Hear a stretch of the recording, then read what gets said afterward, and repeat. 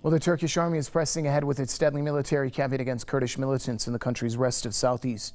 In a statement, the Turkish General Staff said that more than 730 PKK militants have been killed during military operations in the regions of Cizre and Sur.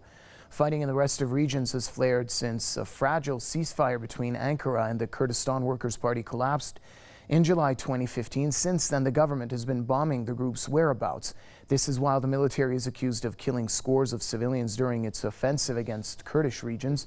Ankara has also placed Kurdish populated cities in Turkey's southeast under curfew for months. Verenia Keat, our correspondent, joins us now from Istanbul with more. Verenia? Yes, there have been more than 700 PKK militants killed, according to the Turkish government and the General Staff.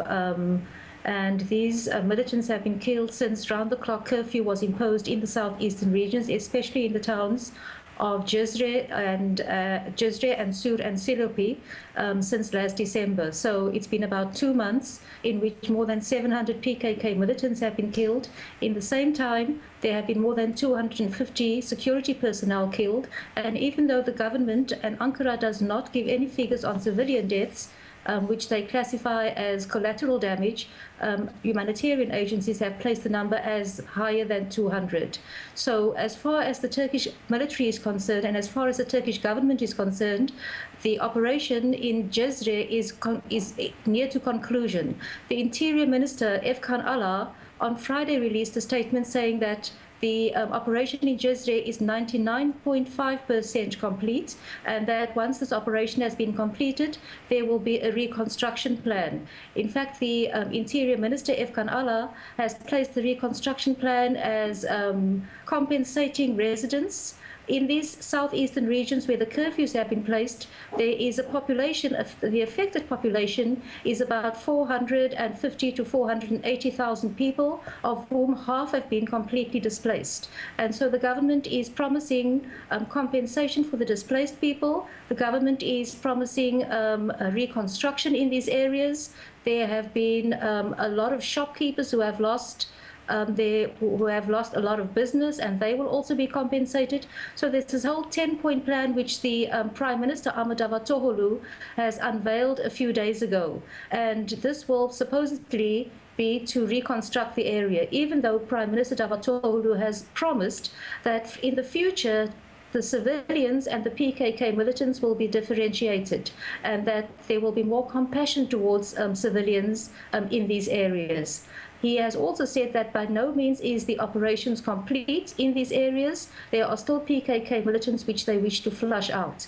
At the same time, the Turkish military has also created and plans a new inventory of which they mean to go shopping for more protection equipment.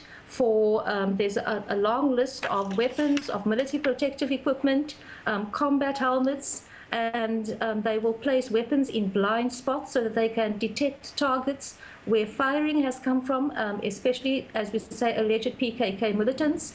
And each of the soldiers in these areas will be provided with bulletproof vests and optical target detectors. And so this is what we have at the moment. We have also had a situation in the past few weeks where a variety of activists and petitioners have called on the government to conclude the operations in the southeast because of the humanitarian disaster and crisis which it has created in these areas. Verenia, there's also a lot of criticism towards Ankara for placing Kurdish populated cities in Turkey's southeast under curfew for months. Talk to us more about the situation in those cities and whether there is going to be any change in the circumstances of the curfews in those cities. According to the Prime Minister Ahmet Davutoglu, the city of Silopi has been completely cleared and the operations there have come to an end. And so there's only partial curfew in Silopi, and he said that Silopi had been cleared street by street, which is the intention of Ankara, to clear the militants street by street. But unfortunately, we have had situations, especially the concern has been on humanitarian situations and civilians who have been caught in the crossfire between the PKK and the military or security forces. There has been this blame game going on between the PKK and security forces, whereby the government, for example, says that the PKK prevents security forces or medical personnel to reach injured civilians, and whereas the PKK, or whereas the civilians say that the armed forces are preventing ambulances from coming to rescue and to the aid of the civilians. There have also been situations whereby there have been pile-ups of corpses in various of these cities. Because of the curfews, people have been unable to bury the dead, their family, or even to collect the dead from the streets. And so it has been a disaster.